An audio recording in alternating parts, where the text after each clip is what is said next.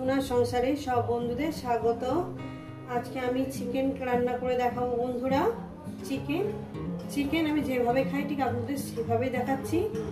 তো চিকেনটা রান্না করার জন্য আমি এখানে চিকেন নিয়ে নিয়েছি। এখানে আছে আপনার টমেটো, পেঁয়াজ, এখানে আছে আপনার ধনেপাতা, রসুন, আদা, গোটা গরম মশলা, শুকনো লঙ্কা, কাঁচা লঙ্কা আর একটু আলু। এই আমার রেসিপিটি শুরু করার আগে বলবো রেসিপিটি লাইক করবেন, শেয়ার করবেন। নতুন নতুন রেসিপি দেখতে গেলে আপনারা চ্যানেলটাকে সাবস্ক্রাইব করে নেবেন বন্ধুরা। তো চলুন শুরু করা যাক। তো বন্ধুরা আমি কড়া বসিয়ে দিয়েছি, তেল দিয়ে দিয়েছি। তেলটা আমার গরম হবে। তো বন্ধুরা আমার তেলটা গরম হয়ে গেছে। দিয়ে দেবো লবণ, 1 চামচ লবণ দিলাম আর সামান্য পরিমাণে একটু হলুদ দিলাম যাতে আলুর কালারটা খুব সুন্দর আসে। আলুগুলো আমি দিয়ে দেবো। এইভাবে রান্না করবেন, খুব ভালো লাগবে। তো বন্ধুরা আলুগুলো আমি ভেজে নিয়েছি। এবার আলুগুলো আমি উঠিয়ে নেব। তো বন্ধুরা আলুগুলো তুলে নিয়েছি। দিয়ে দেবো এখানে 2টো তেজপাতা, একটু গোটা জিরে। আমি যেহেতু গরম মশলা বেটে দিয়েছি দিয়ে দিলাম। কয়েক সেকেন্ড ভেজে নেব। এরপর দিয়ে দেবো পেঁয়াজ কুচি। পেঁয়াজ কুচিটাকে দিয়ে সুন্দর করে আমি মিনিট দিয়ে পেঁয়াজ ধরে ভেজে নেব।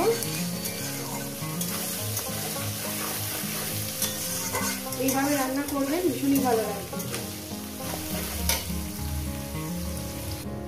পেঁয়াজটাকে আমি ভেজে নিয়েছি। এরপর মশলাটাকে দিয়ে দেবো। মশলা বাটি ধোয়ার জলটা আমি পরে দেবো। এখন দিয়ে দেবো আপনার হলুদের গুঁড়োটা, হলুদের গুঁড়ো দিয়ে দেবো। আপনার জিরে ধনের গুঁড়ো দিয়ে দিলাম। এরপর দিয়ে দেবো মশলা বাটি ধোয়ার জলটা দিয়ে এটাকে সুন্দর করে একটু কষিয়ে নেব। মশলা থেকে সুন্দর একটা মানে কষা কষা যখন গন্ধ বেরোবে, মানে একটু মশলাটা খুব মানে কষা কষা গন্ধ বেরোবে, তখন চিকেনটা দিয়ে দেবে। তো বন্ধুরা মশলাটা আমি 3-4 মিনিট কষিয়ে নিয়েছি। এবার আমি চিকেনটাকে দিয়ে দেবো, মানে মাংসটাকে দিয়ে দেবো।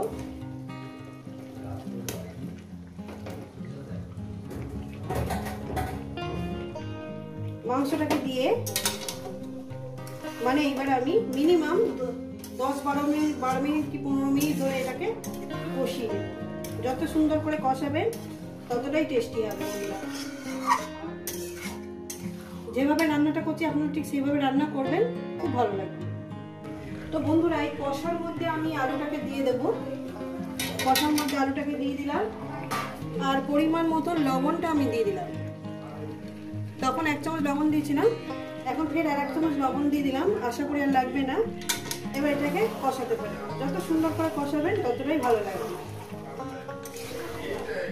এইভাবে রান্নাটা করবেন বন্ধুরা। ঠিক যেভাবে রান্নাটা করছি আপনারা ঠিক সেইভাবে রান্নাটা করবেন, খুব ভালো লাগবে। তো বন্ধুরা তাড়াতাড়ি হওয়ার জন্য একটু চাপা দিয়ে দিয়েছি। তো বন্ধুরা দেখতে পাচ্ছেন আমি রান্নাটা কিভাবে করছি।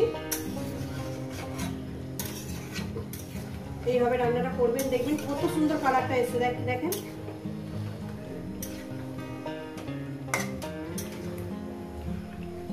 দিয়ে দেবো। এখানে কষানো হয়ে গেছে। এখানে আমি দিয়ে দেবো গরম জল। যে যেরকম মানে ঝোল খাবেন, বেশি ঝোল ভালো লাগে না, এইভাবে রান্না করবেন। জলটা আমি পরিমাণ মতন দিয়ে দিলাম। এবার এটাকে আমি আরো 10 মিনিট সিদ্ধ বসাবো, মানে সিদ্ধ করবো। এর জন্য আমি নুনটুন সব চেক করে নেবো, নুনটু আমার ঠিক আছে কিনা। নুনটু আমার সব ঠিক আছে। তো এখানে আমি আরো 10 মিনিটের জন্য চাপা দিলাম। তো বন্ধুরা ফিরছি প্রায় 11 মিনিট পর। এই রেসিপি যদি আপনাদের ভালো লেগে থাকে অবশ্যই কমেন্ট করে জানাবেন। রেসিপিটাকে লাইক করবেন, শেয়ার করবেন। নতুন নতুন রেসিপি দেখতে গেলে চ্যানেলটাকে সাবস্ক্রাইব করে নেবেন। নতুন কোনো রেসিপির সঙ্গে দেখা হচ্ছে। সবাই সুস্থ থাকবেন, ভালো থাকবেন।